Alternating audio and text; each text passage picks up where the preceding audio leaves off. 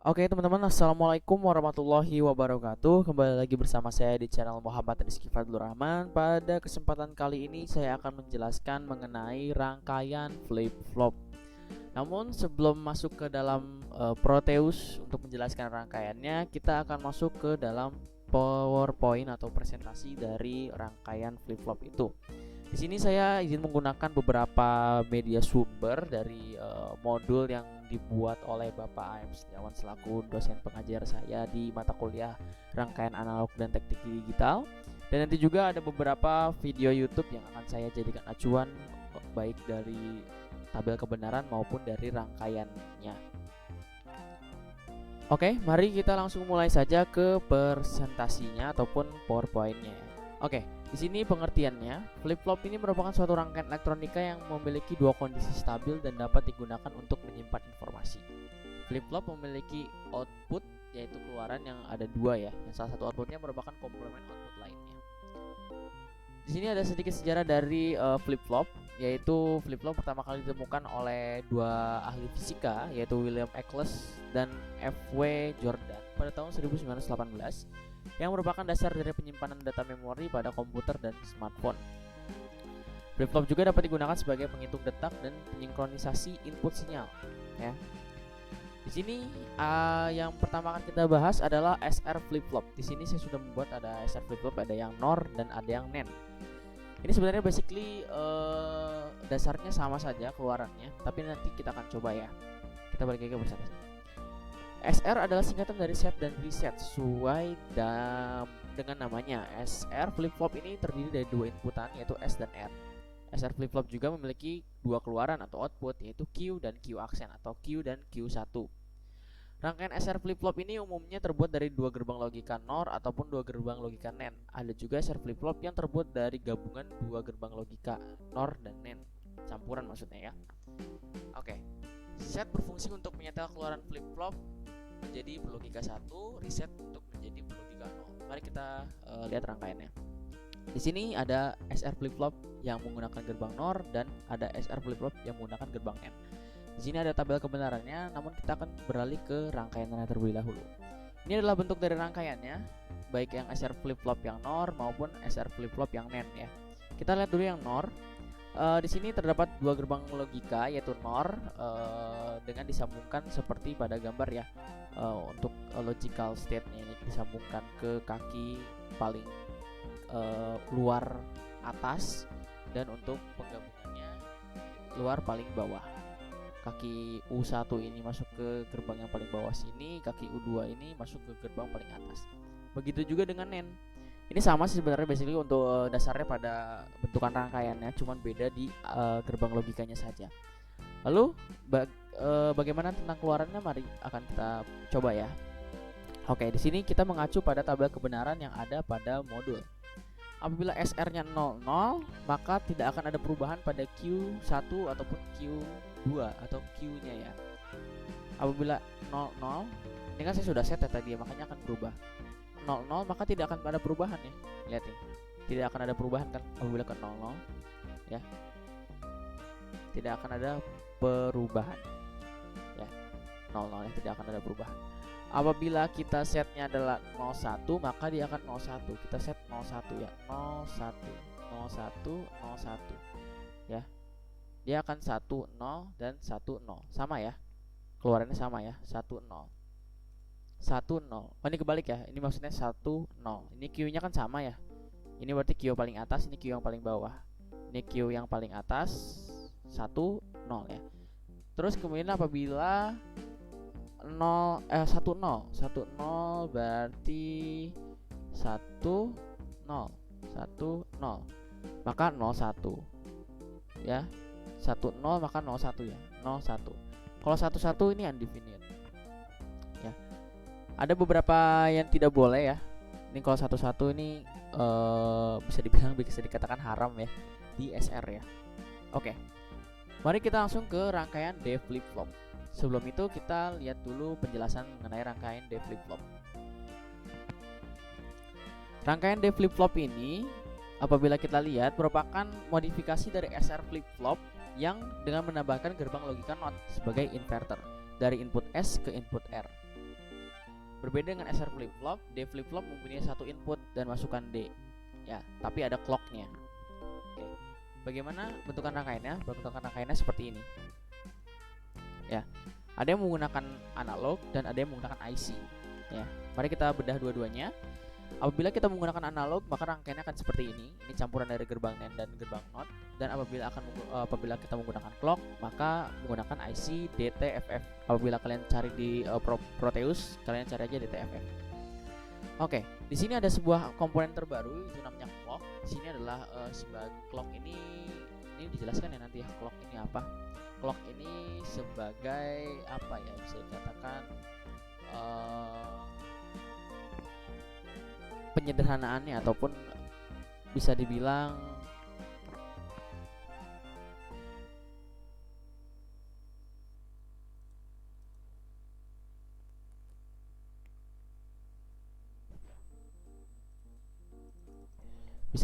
sebagai penyederhanaannya ya, ataupun suatu keadaannya ya, penyimpanannya ya.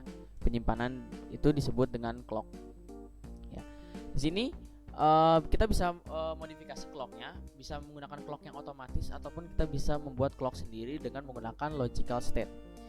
Kita masuk ke dalam tabel kebenaran dari rangkaian D flip-flop. Di sini ada tabelnya clock, D, Q, dan Q aksen.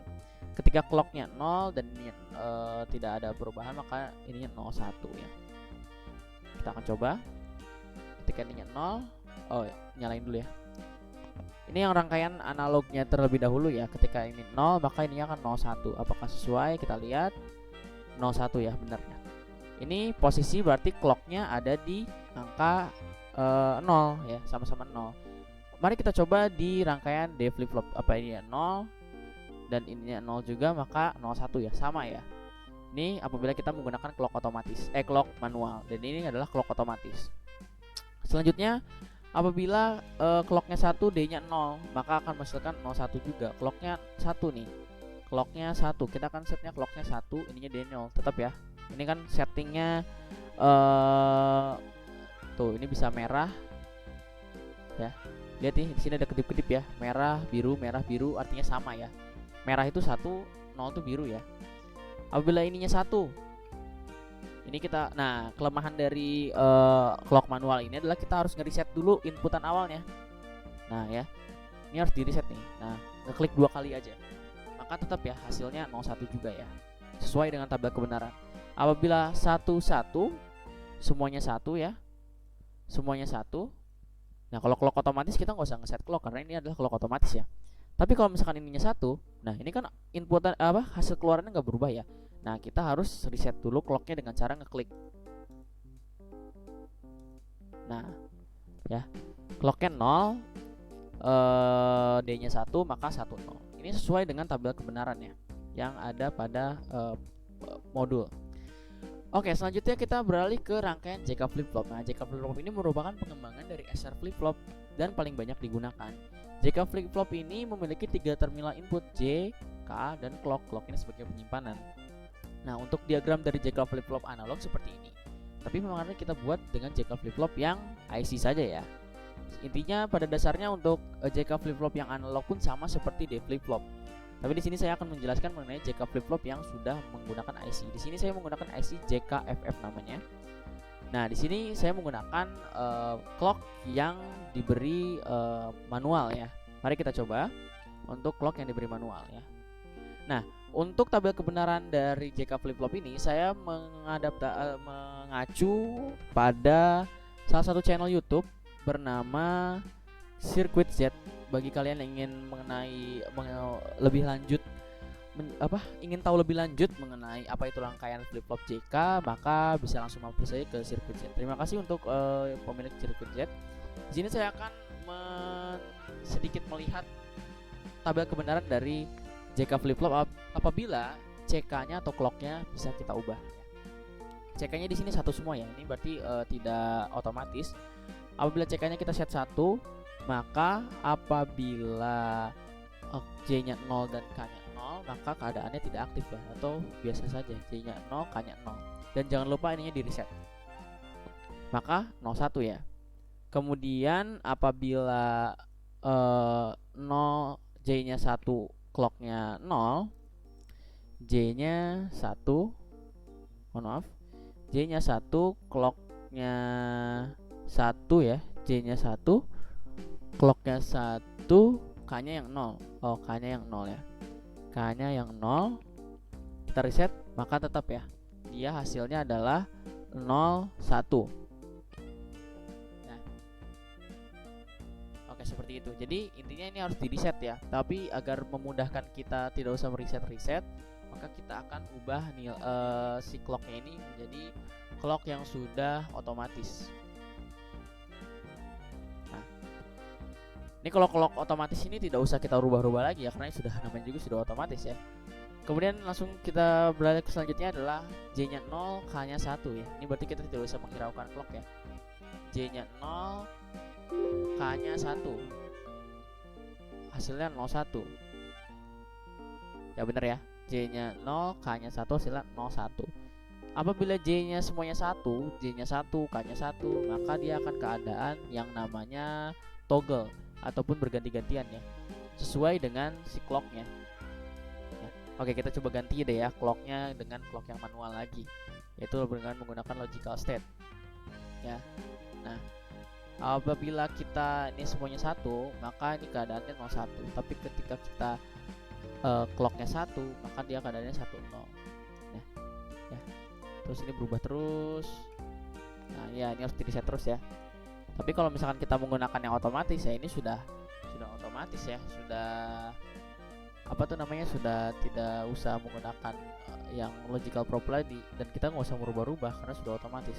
Nah, udah jalan ya, 01 10 01 10 ya. Ini sesuai ya keadaan toggle, dan ini pun tabel kebenaran itu pun sesuai dengan tabel yang ada di modul yang diberikan oleh dosen saya.